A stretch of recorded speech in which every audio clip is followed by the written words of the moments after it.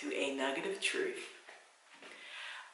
Before Jesus went to the cross, he gave his disciples some warning signs to look for as the time when he will return will be coming. He gave them comfort, letting them know, I will return. In John 14, Jesus says, let not your heart be troubled. You believe in God, believe also in me. In my Father's house are many mansions. If it were not so, I would have told you, I go to prepare a place for you. And if I go and prepare a place for you, I will come again and receive you unto myself, that where I am, there ye may be also.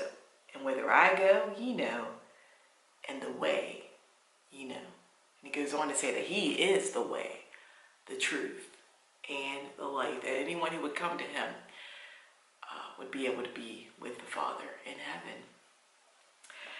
And he also told them that there will be some things to look out for. In Matthew 24, we could see some of the things that he said, as I am going to be returning, these are some things you should look out for. He says, take heed that no man deceive you.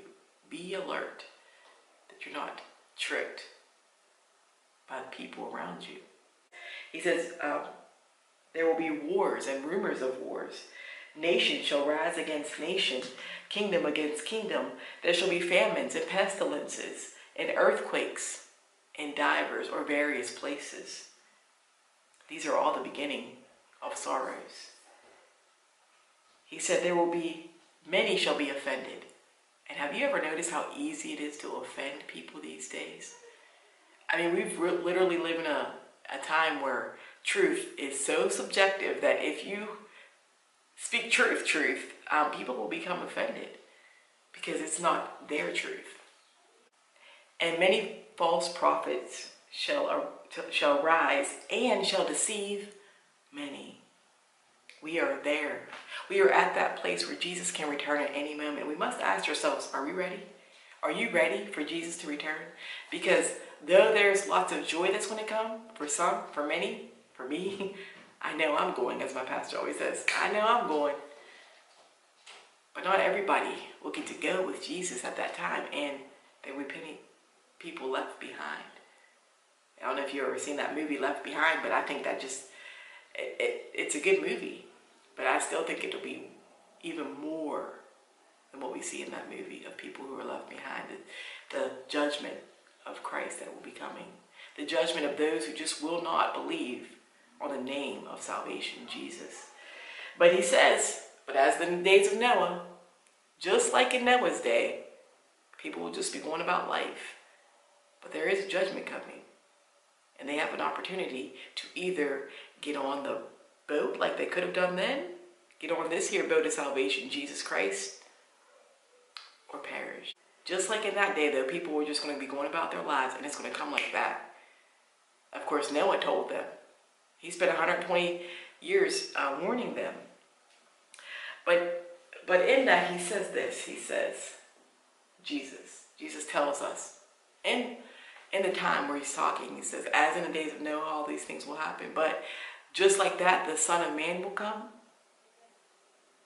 He tells his disciples, watch, therefore, for ye know not what hour your Lord doth come.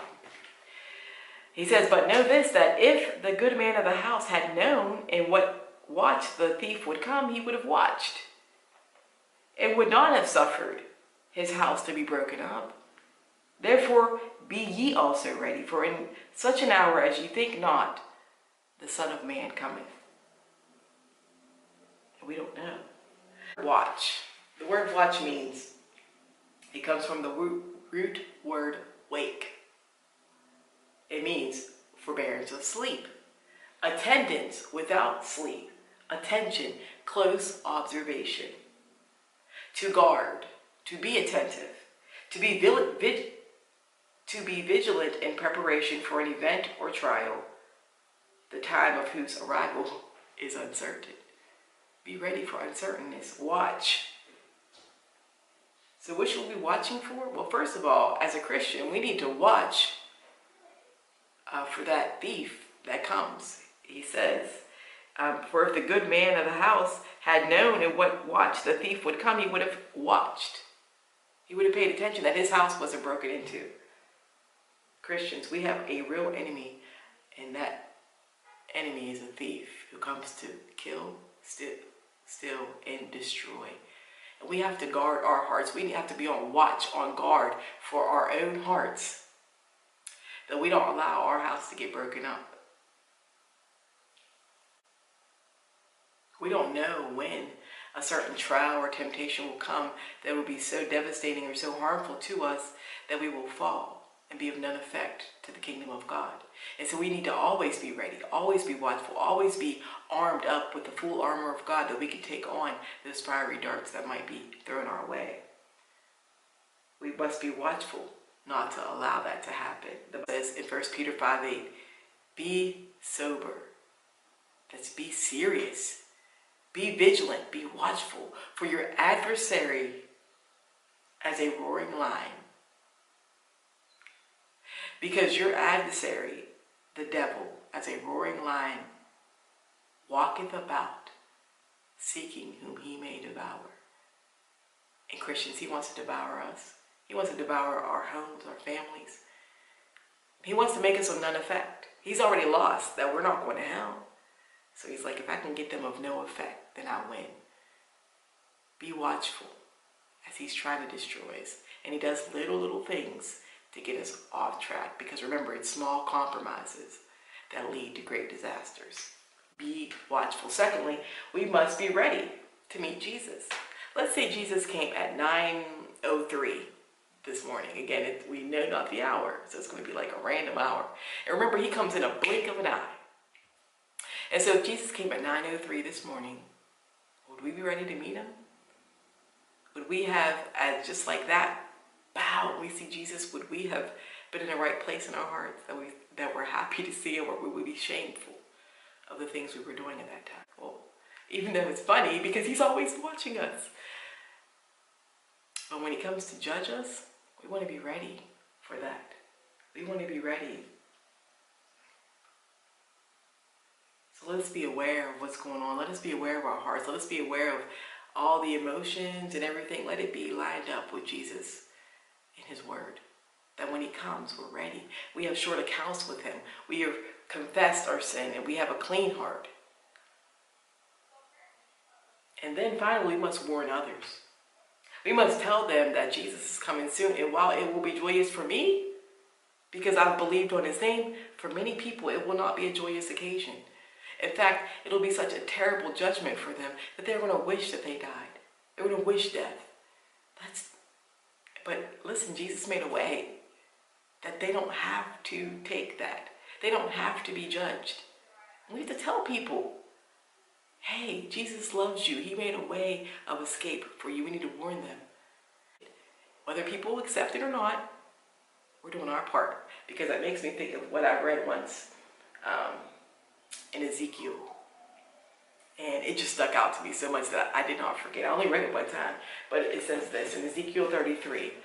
Again, the word of the Lord came unto me, saying, Son of man, speak to the children of thy people, and say unto them, when I bring the sword upon a land, if the people of the land take a man of their coast, and set him for their watchman, if when he seeth the sword come upon the land, he blow the trumpet, and warn the people, then whosoever heareth the sound of the trumpet, and taketh not warning, if the sword come and take him away, his blood shall be upon his own head. He heareth the sound of the trumpet, and took no warning. His blood shall be upon him, but he that taketh warning shall deliver his soul. But if the watchman seeth the sword come, and blow not the trumpet, and the people be not warned, if the sword come and take any person from among them, he is taken away in his iniquity. But his blood will I require at the watchman's hand.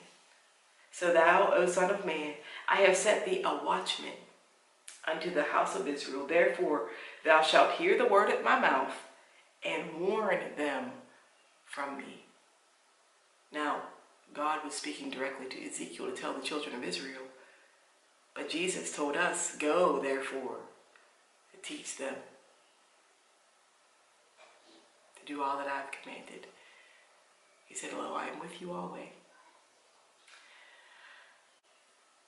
We are watchmen of all these people around us, all the people we may have influence with. And if we're not blowing that horn, their blood is on our hands. That judgment is on us. However, if we tell them and they choose not to go to safety, they choose no salvation, it's on them. And maybe it just so happens that we were just a seed, or we were just a waterer. Who knows what God will do in the hearts of people? Just because people say no to you, remember, they're not saying no to you. They're saying no to Jesus. They're saying no to grace and mercy and truth. They're saying no to an escape of judgment. And it's on them. And you can love them and you can pray for them and you can pour out your heart to Jesus for them. And that's going to make a difference. But we are to watch, because we don't know when Jesus is coming back. We have to watch and guard our own hearts, that we're right. Be ready to see the Lord. Confess our sin and be just ready that at any time that, boom, Jesus could come, we're going to be ready for it. We're going to be doing the right things. We're going to be in the right place.